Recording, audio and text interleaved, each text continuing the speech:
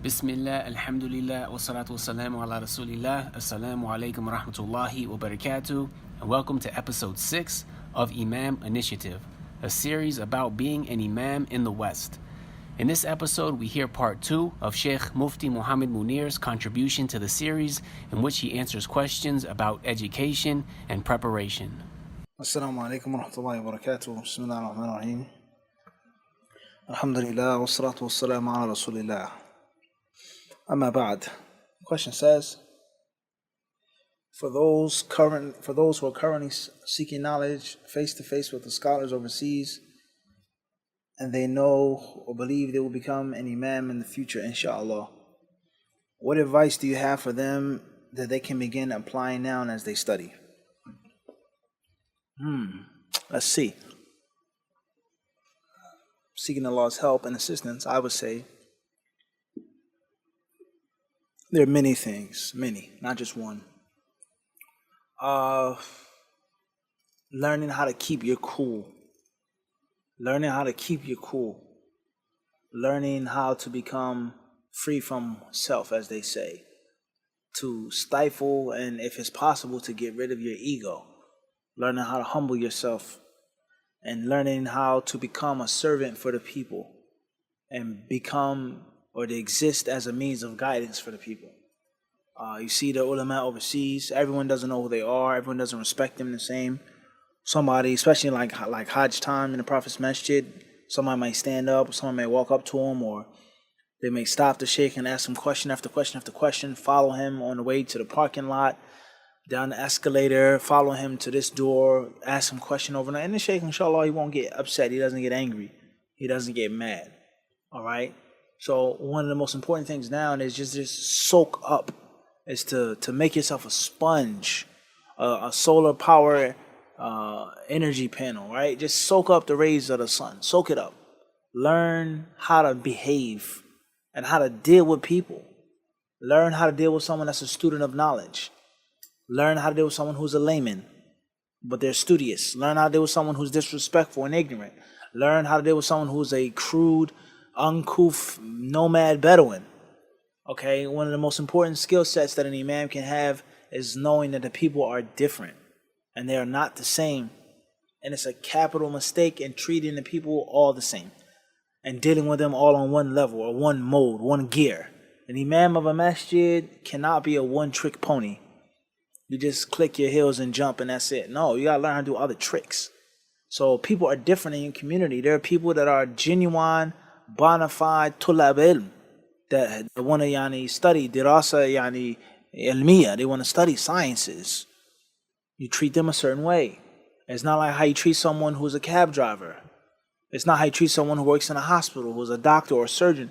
It's not how you treat a Friday Muslim. A Friday Muslim is not like the person that comes and sits in class every day or comes to the masjid and prays every day.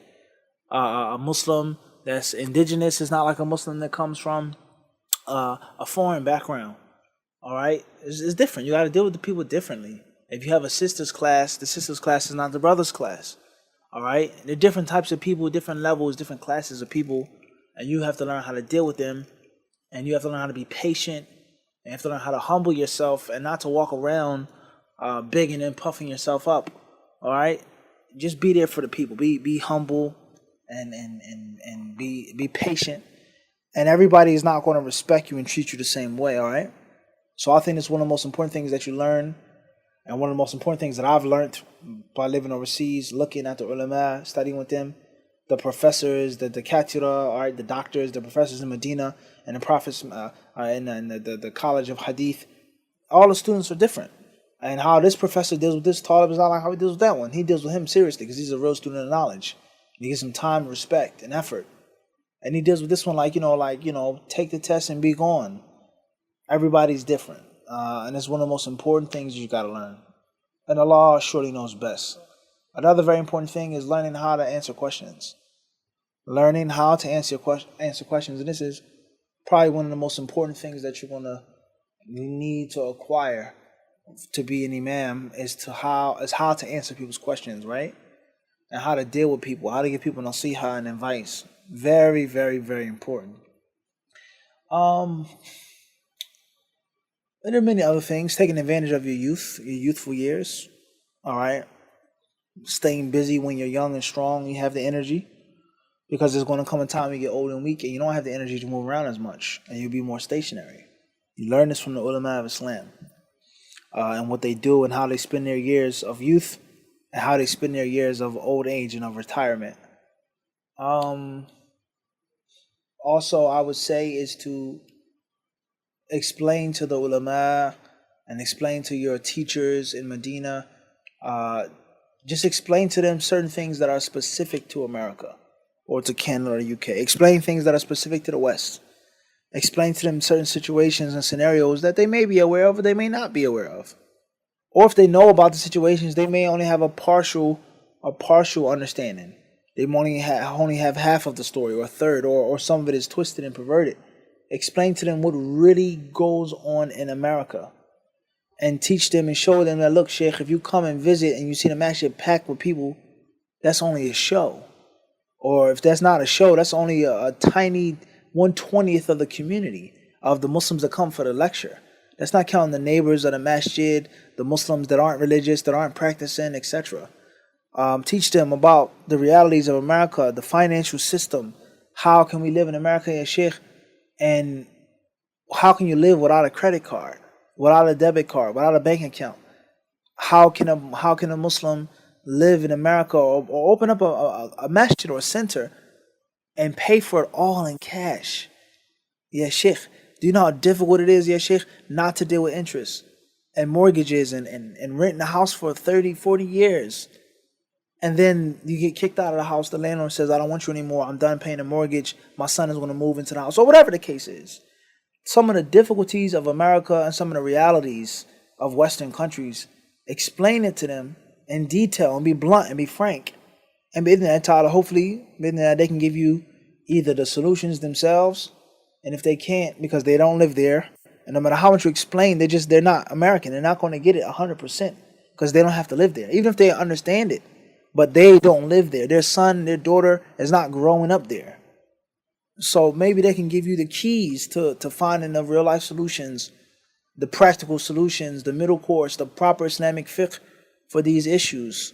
So the point I'm trying to get to is to try to utilize your opportunity, your time with the ulama and the teachers there to get tailor-made solutions. And like I said, if they themselves can't give the specific solution or unwilling or whatever the case is, then they can at least train you and teach you to make your own proper ijtihad if you're qualified for that.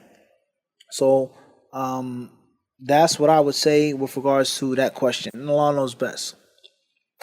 Pt.2 says, when a future Imam is seeking knowledge with the scholars, he may take much of their advice in studying many Islamic sciences, one textbook over or after another with tadarruj, in the fields of Quran, memorization, tajweed, ulum al-Quran, usul tafsir, qiraat, hadith terminology, al-jarh wa ta'dil, al-takhrij, ilal, and hadith explanation, ahkam fiqhiyya, wa fada'il, targhib, tarheeb, siyar, manaqib, etc.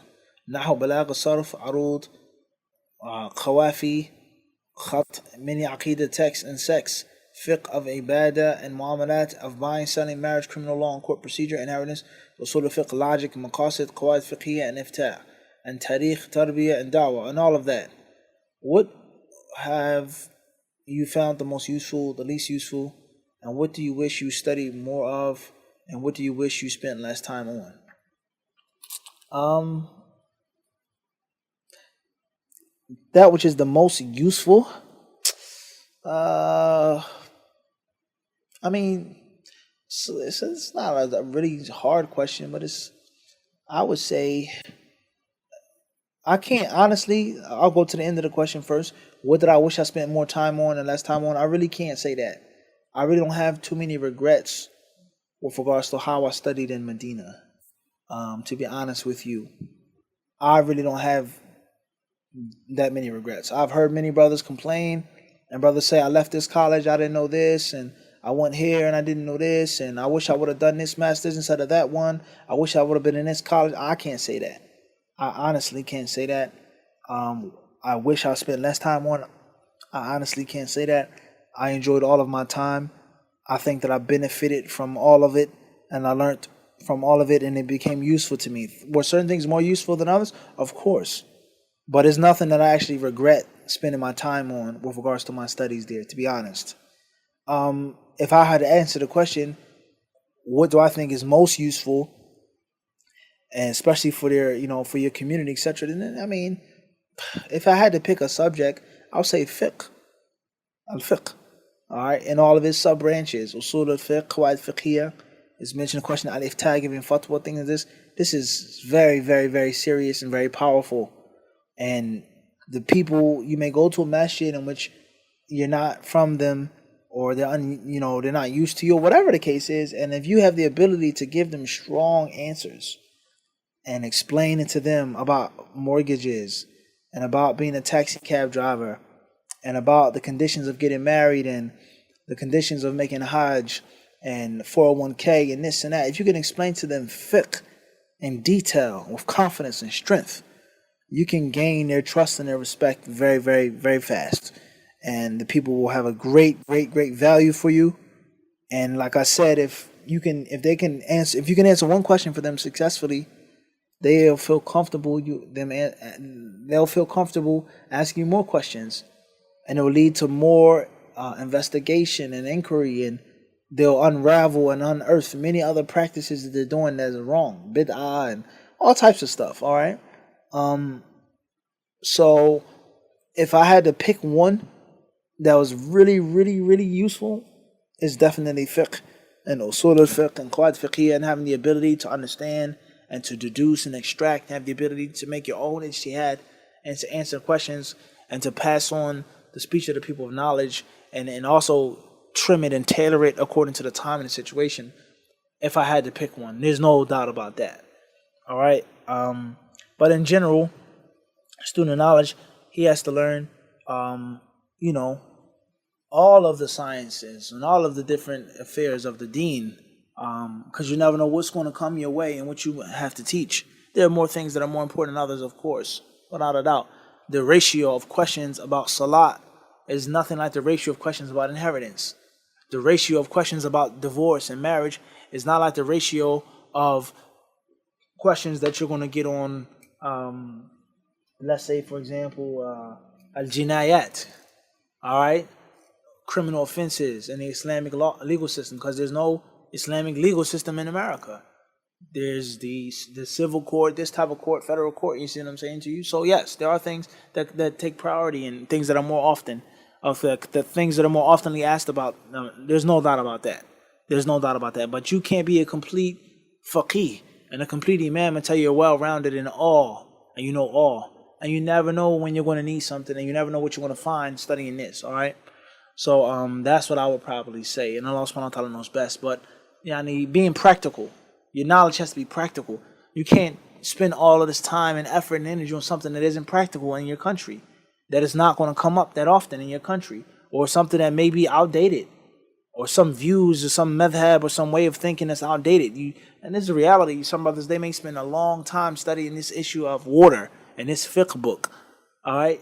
And the whole system of water and the purification of water and how people use and deal with water in the modern age is totally different. And they're stuck on this one rigid madhabi view that's not directly based off of text, or is based off of a time and a place. Rit al-Iraqi, what is that? The measurement of the people of the 4th century and the 6th century is not like today, in which the water you turn on from the faucet comes from a water plant. So of course you can't get stuck on an ink blot, all right? And the world is moving and evolving and progressing. But of course, the formless is learned from learning the form. You learn the form, then you study, you study the form, then you seek the formless. You have to learn the foundation first, yes, but you don't get stuck on it. You don't get stuck on it. And there are issues based off of text, and there are issues based off of ijtihad. There are issues based off of authentic hadiths, there are issues based off of weak hadiths, fabricated hadiths. So you have to learn how to prioritize and manage your time and your energy and your effort, no doubt about that. All right, so just become well-rounded, have a strong foundation, and you build upon that. Bidnillah subhanahu wa ta'ala. Also, I would say very important concept with regards to secular sciences is history. Student of knowledge, in my humble opinion, one who wants to be the Imam of Masjid, in my humble opinion, should have a great deal of knowledge of history. Because, as people say, quote unquote, history repeats itself. Meaning, what happened then is going to happen now. All right? The same stuff is going on. It's just in a different time. So you have to know how to deal with these situations and know that you're not the only one going through this. You're the only people that are going through this. It happened before. All right? So I would definitely say that. And while you're overseas studying with scholars, try your best to practice as much as you can and serving your community. If you're in Medina or Mecca, when the Hajis come, when the people in Umrahs come, they come to Umrah Watis, whatever, take them and do a class with them. Answer some of their questions. Help them out. A brother and a sister may need marriage counseling, whatever the case may be.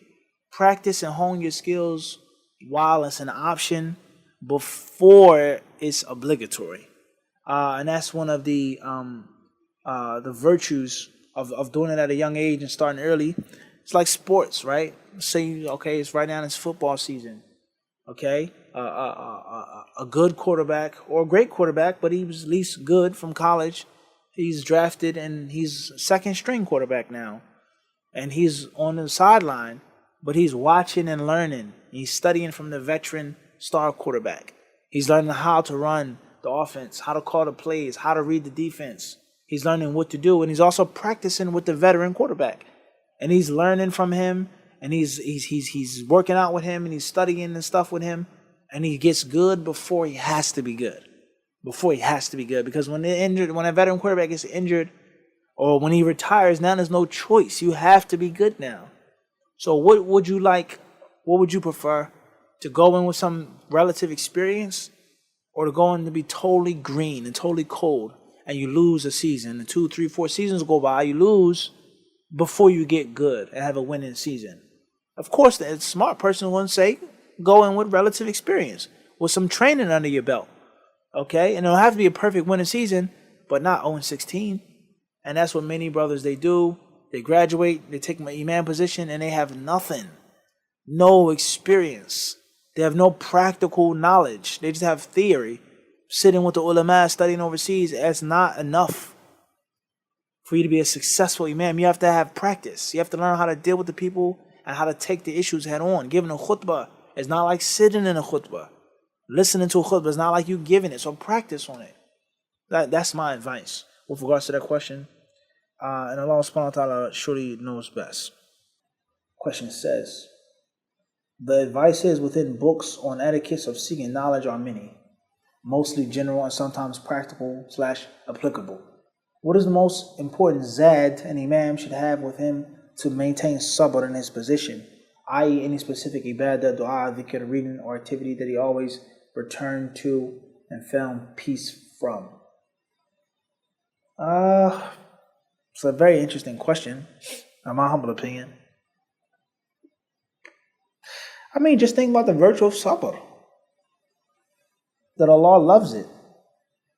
And that sabr, along with doing it the right way, only will equal victory. You can't lose. If you do something the right way, and you're patient upon however long it takes, there's no way you're going to lose. As far as if you do it the wrong way, then you may be patient for 50 years and it will never work. As far as if you're doing it the right way, but you're hasty, you can't be patient, you can't bear sabr, you want it done immediately, instantly, everyone to listen, to obey, to follow, it's not going to work. But if you do it the right way, with sabr, you seek Allah's help, there's no way that you can lose. So just think about the virtue of sabr, the beauty of sabr, all right? So I think that's something that you have to constantly remind yourself of. And just the fact that there were people that came before you that were bigger and better than you, greater than you, that had a closer relationship with Allah and had more sabr than you. So who are you to quit and give up and lose hope? I think that's something that you should always keep on your mind, right? And like I said before, I think being an imam should be something that you enjoy. It should be something that you enjoy, and with difficulty has to come ease. We know that. So the farmer who's bending his back, working and toiling, he's sweating and he's fatigued, and you know that when you get the crops and you sell the crops or you eat from the crops, the harvest is going to be sweet. And you want to forget about the toiling and the labor in the field. So I think that's very important as a zad for the imam to maintain sabr. And Allah knows best. Question says, for many du'a in the West, Arabic is a second language that Allah has blessed them with the ability to understand and communicate with fluently. After returning to America, what is the best way a da'iyah can preserve their Arabic over the years and decades? Very important question. And that's the concept of, as they say, as-siyana, right? Maintenance. You got to maintain. It's not good enough to just get something, but you got to maintain that thing, right? You buy jewelry, but the jewelry may rust, or it needs to be polished. You get a car, you can't just drive the car into the ground. You have to put in the oil, and antifreeze, and the coolants, and this and that, engine check, your tires. You got to maintain the automobile. So that's a very important question. And many brothers, I think they lose focus on that, and they become sloppy and they become rusty. As far as maintaining your Arabic, but even deeper than that, much more than maintaining Arabic, but also enhancing your Arabic, growing stronger in Arabic. All right, don't just be pleased with complacency. I want to maintain what I learned. You're only in Saudi for 7 years or 10 years. You need to get more, grow stronger. All right, so you have to maintain and also increase. And that's why we always say, Ihdina siratal mustaqim, guide us to the straight path. And we ask this from Allah Azza wa Jalla every single day, even though we're Muslims and we're believers, inshallah. What does this mean? The ulama of Islam, they say it means two things. They say, tathbitul mawjood wa tahsilul ma'doom. It means to fortify and to solidify what you already have, to bolster what you already got. And it means to get and to obtain that which you don't yet have. So maintain what you got, and you want more iman, more guidance, more taqwa. So this is very important when it comes to Arabic, is that you can't just suffice yourself with what you learned overseas in the language program, or what you learned in the Sharh ibn Aqil, or what you learned in Qatr al-Nada, or Ajurumiyya, what you learned in this mudhakkira or this book. You got to keep moving forward along with solidifying and maintaining. And it doesn't mean that you have to be a linguist, because you may not like language. That may not be your specialty, your field of expertise. I don't have no time but I'm just talking about speaking. Grammar, poetry, the stuff that you didn't like. We're talking about just talking. You got to get better and get sharper, get stronger. All right? So what helps you is staying in contact with the brothers that you study with from overseas. And that's a huge problem that many of us suffer from. I would say you live with a brother overseas, you eat with a brother, you travel with a brother, you're friends with a brother, and you go to America and you barely see the brother. You barely hear from him. Why is that? I don't know. But that's how it is. But we have to stop this. We have to be in closer knit with each other. We have to be stronger. We have to stay in contact more, talk more, debate, throw masail at each other, argue with each other on fiqh issues, hadith, and that's how you get better. And remain sharp in your Arabic and in your mind and in ilm. You have to, if you have people in your community that speak Arabic, whether they're immigrants from other countries or whether they're second generation, whoever speaks Arabic. So you have a Palestinian supermarket. Go there and talk to them. Some people may not want to talk to you. Some people can't speak Fusha from Palestine or Egypt. Some of them may be racist. They don't want to talk to you. Who are you? But I'm sure that you'll find somebody that's going to want to talk Arabic to you, and that's going to respect and admire the fact that you talk Fusha. So it may be the guy sweeping the floor, or maybe the security guard or somebody. Go in there and talk to him.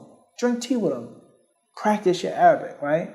Somebody in the masjid, in a restaurant. You never know where you find someone you can practice your Arabic with. Oftentimes people don't want to speak Arabic, and this is a reality. It's a reality whether you like it or not. It's the truth. Some people, they don't like to talk Arabic with someone that's not from their country. Whatever reason is, they may feel intimidated that your Arabic is too crisp and theirs is too choppy. They don't know Fusha. Or, like I said, it may be racism. They may look at you as being inferior. Who are you to talk my language?